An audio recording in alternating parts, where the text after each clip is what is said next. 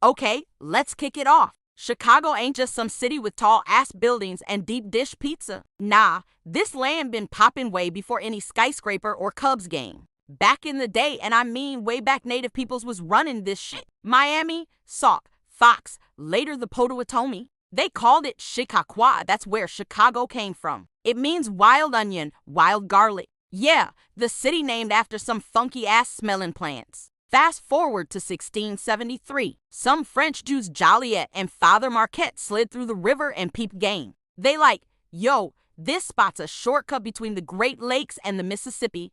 That meant one thing, money moves. But the real OG, Jean-Baptiste Point du Sable, black man, Haitian descent. Around 1780, he set up shop right by the river, building a little settlement. Trading post, grinding, making connections. He the one we call the founder of Chicago. A black man started this shit. Don't let nobody forget that. Then in 1803, the U.S. Army came flexing and built Fort Dearborn. But the native folks wasn't having it. In 1812, during the war, they ran up, torched it, and left it in ashes. By 1830, settlers was rolling in heavy. Potawatomi get forced out straight robbed like so many native tribes in America. 1833, Chicago becomes a town. By 1837, boom, it's officially a city. 4,000 people already calling it home. Now, here's why Chicago blew up. Location, baby. Illinois and Michigan Canal in 1848. Railroads soon after. This joint became the plug between East and West.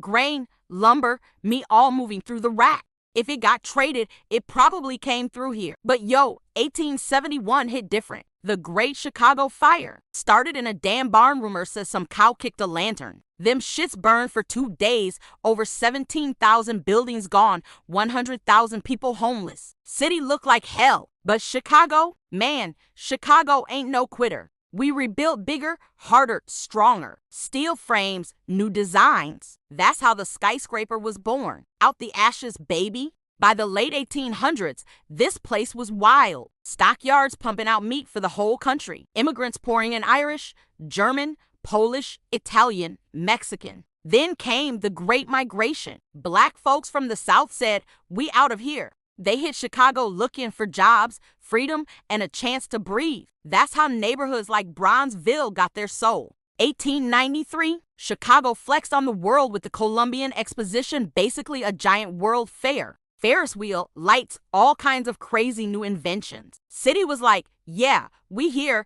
and we ain't going nowhere.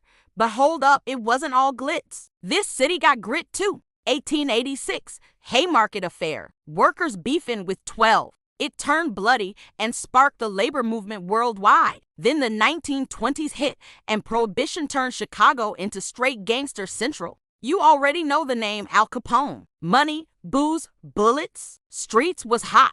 And racism? Man, it was ugly. Segregation, housing laws, and riots all in 1919. Black folks came up north for a better life, but the struggle followed. Still, out of that pain came fire jazz, blues, and poetry. Gwendolyn Brooks spitting words. Muddy Waters and Howlin' Wolf changing music forever. Fast forward mid-1900s. Factories booming, steel mills busy, neighborhoods alive. But politics dirty as fuck. Mayor Daley ran the city like a boss. And in the 1980s, Harold Washington came through as the first black mayor. Big moment for the people. Now, 21st century Chicago, still complicated. Violence, corruption, inequality, yeah, that's real. But also culture, art, food, innovation, world-class universities. The skyline still flexing. Sports, from Jordan and the Bulls to the Cubs, finally breaking that curse in 2016. See, Chicago ain't perfect.